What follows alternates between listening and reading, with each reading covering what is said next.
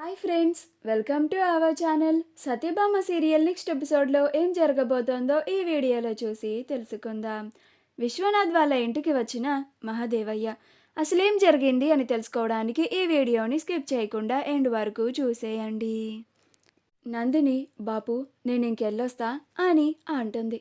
అప్పుడు మహాదేవయ్య గట్లని బిడ్డ సక్కగా పోయిరా అని అంటాడు.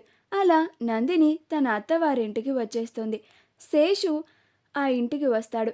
అప్పుడు తను పంపించిన మనుషులు ఇంటి బయట ఉండడం చూసి చాలా కోపం వచ్చి, మీకు ఇంటికి మార్కింగ్ వేయమంటే బయట నుంచున్నారేంటి అని వాళ్ళని అడుగుతాడు.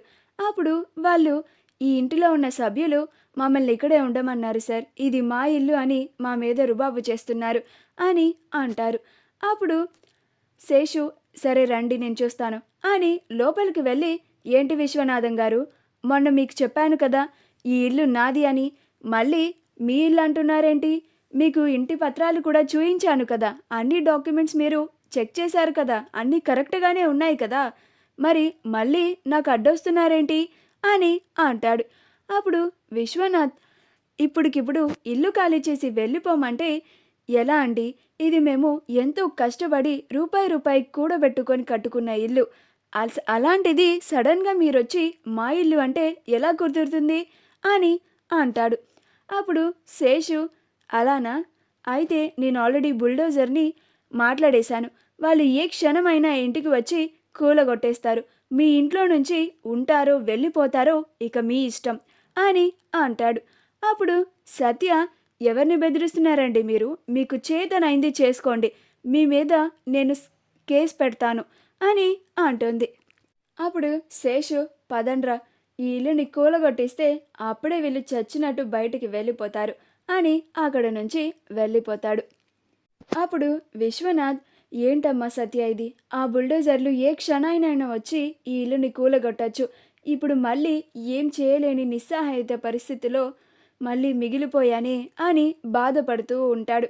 అప్పుడు నందిని, మీరేం బాధపడకండి మావయ్య, మా బాపు మన కోసం కొత్త బంగ్లాని రేపటికల్లా కొని ఇస్తా అన్నాడు అని సంతోషంగా చెప్తుంది. అప్పుడు సత్య, అది అబద్ధం అని అంటుంది. ఈలోగా క్రిష్ వచ్చి, మా బాపు అబద్ధం చెప్పడు అని అంటాడు. అప్పుడు సత్య ఆశ్చర్యపోతుంది. అప్పుడు క్రిష్, అవును సత్య, మా బాపుకి అబద్ధం చెప్పాల్సినంత అవసరం లేదు, మా బాపు ఇచ్చిన మాట ప్రకారమే బంగ్లాని కొని పేపర్స్ని తీసుకొచ్చిండు, నువ్వు రా బాపు అని అంటాడు. అప్పుడు మహాదేవయ్య బంగ్లా పేపర్స్ని తీసుకొని విశ్వనాథ్ వాళ్ళ ఇంట్లోకి అడుగు పెడతాడు. అప్పుడు సత్య, ఇదేంటి మహాదేవయ్య గారే వచ్చారు అని ఆశ్చర్యపోయి చూస్తూ ఉంటుంది. అప్పుడు మహాదేవయ్య ఆ పేపర్స్ని తీసుకొని వచ్చి, బిడ్డ నీకు మాట ఇచ్చినా కదా, ఇదిగో బంగ్లా కాగితాలు అని నందిని చేతిలో పెడతాడు. అప్పుడు నందిని, థ్యాంక్స్ బాపు అని, ఈ పేపర్స్ని నువ్వే మా మావయ్య గారికి ఇవ్వు బాపు అని అంటుంది. అప్పుడు మహాదేవయ్య విశ్వనాథ్కి ఆ పేపర్స్ ఇస్తూ ఉంటాడు. అప్పుడు విశ్వనాథ్, వద్దు బావగారు, మీరు మాకు ఇప్పటికే చాలా సహాయం చేశారు, అల్లుడు గారు కూడా వద్దన్నా కానీ ఉదయమే 25 లక్షలు తీసుకొని వచ్చారు, ఇప్పుడు మీరు మళ్ళీ బంగ్లా పేపర్స్ ఇస్తున్నారు, ఇంత పెద్ద సాయం మాకు వద్దు బావగారు అని అంటాడు. అప్పుడు క్రిష్, అదేంటి మావయ్య, మా బాపుని స్వయంగా వచ్చి ఈ ఇంటి పత్రాలు ఇస్తూ ఉంటే వద్దంటారేంది అని అంటాడు.